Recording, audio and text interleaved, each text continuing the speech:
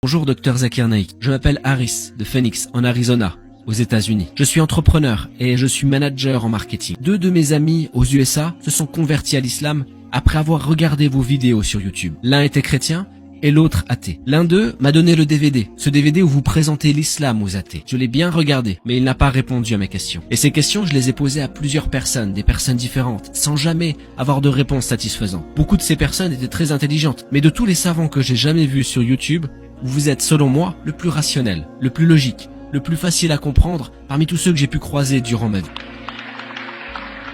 Il serait vraiment bien que vous puissiez répondre à ma question, car personne jusqu'à aujourd'hui n'a jamais pu le faire. Ma question repose sur 2 axes, et voici la première partie. Et je précise que je suis quelque part entre l'athéisme et l'agnosticisme. Je suis pas vraiment certain. Dieu a créé l'univers tout entier. Le Coran parle de tout cela, avec la durée de la création, les montagnes, que la vie est un test, et beaucoup d'autres choses. Et alors, je me demande, bien avant que Dieu décide de créer l'univers, avant de décider d'y introduire les humains, avant même d'avoir envoyé le prophète Mohammed, Adam ou Ève, bien avant tout ça, il en connaissait toutes les conséquences. Il savait que certaines personnes seraient décevantes. Et du coup, il savait très bien qu'il devait les mettre en enfer. Il sait qu'elles brûleront, souffriront et devront assumer leurs actes. Bien avant la création, il sait que les résultats seront mauvais. Il peut être bon pour certaines personnes qui seront au paradis, mais il avait le moyen de sauver les gens de l'enfer avant d'avoir entamé la création. Pourtant, il décide de l'accomplir, suivant sa logique divine. Pourquoi voudrait-il faire cela? En d'autres termes,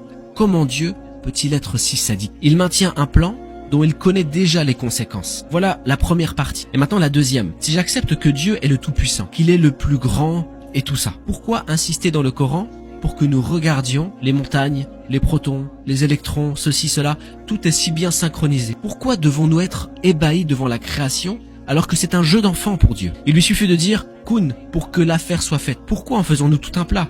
C'est si facile pour lui. Pourquoi sommes-nous si stupéfaits alors que pour Dieu, ce n'est rien du tout? En réalité, je ne devrais peut-être pas être impressionné par la création, donc je ne comprends pas pourquoi il s'attend à ce que l'on respecte ou admire ce qu'il a accompli. Notre frère a posé une très bonne question. Une question qui fait appel à beaucoup de raisonnement. Une très bonne question. Il a vu certaines de mes conférences sur l'athéisme, mais une question spécifique n'a jamais eu de réponse jusqu'à aujourd'hui. Il demande, Dieu savait tout avant d'entamer la création de l'univers et des hommes. Avant d'envoyer le prophète Mohammed, alayhi salatu wassalam, il savait déjà. S'il savait que les gens iraient au paradis, mais la plupart en enfer, pourquoi a-t-il créé l'humain? N'est-ce pas sadique? Ceci est la première question, n'est-ce pas? C'est exact. Je répondrai à la deuxième question par après. Mon frère, qui t'a dit que la plupart des gens iraient en enfer? Même si c'était une seule personne, ça n'aurait toujours aucun sens. Il aurait pu l'éviter. Ou faire en sorte de ne pas être contrarié. D'accord, je répondrai. Notre frère dire que même si une seule personne allait en enfer, c'est comme si Dieu était déçu. Dieu n'est jamais déçu. Jamais. Maintenant, revenons à ta question. J'ai démarré une institution, tu en as peut-être entendu parler, une école islamique. Imagine qu'un professeur fasse passer un examen et que ce soit une personne juste. Elle demande combien font 2 plus 2. L'élève qui se trouve en face écrit 5. Le professeur peut très bien lui dire écrit 4 à la place. Remplace le 5 par le 4. Serait-ce juste que le professeur en plein milieu de l'examen corrige un élève qui est en train de se tromper? Est-ce que ce serait juste? Certes. Mais s'il a l'option de... Non, je te pose une question simple. Le professeur a distribué l'examen. Ok, d'accord. Dans ce cas, vous avez raison, c'est vrai. Dans ce cas, le professeur a la capacité de corriger l'élève. Que penseront les autres? Que c'est injuste?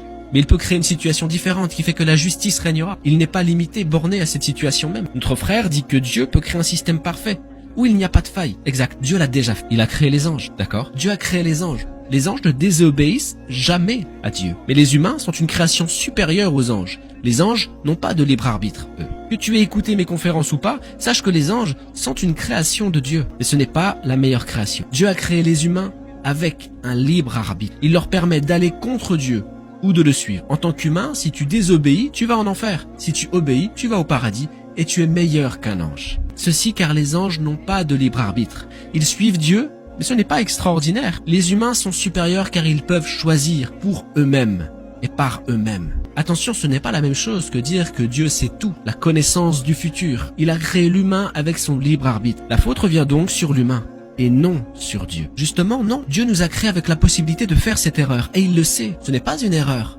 Ce n'est pas une erreur, c'est le libre arbitre. Mais pourquoi nous donner ce libre arbitre s'il sait que certains d'entre nous l'utiliseront de la mauvaise façon? Il s'agit d'une création différente. Tu aimerais créer quelque chose qui puisse résonner ou pourquoi quelqu'un avec une telle compassion? Mon frère, je te réponds. Ce dont tu parles, Dieu l'a déjà créé. Ce sont les anges. Moi, je te demande lequel est le meilleur? Un ange ou un humain qui suit Dieu? Moi, si j'avais une deuxième chance, je choisirais plutôt d'être un ange. Pourquoi voudrais-je risquer être un humain? Deuxième chance, excellent. C'est pour ça que Dieu dit dans le Coran, Dieu dit qu'il a tiré une descendance des reins des fils d'Adam et les a fait témoigner qu'il n'était qu'un Dieu unique.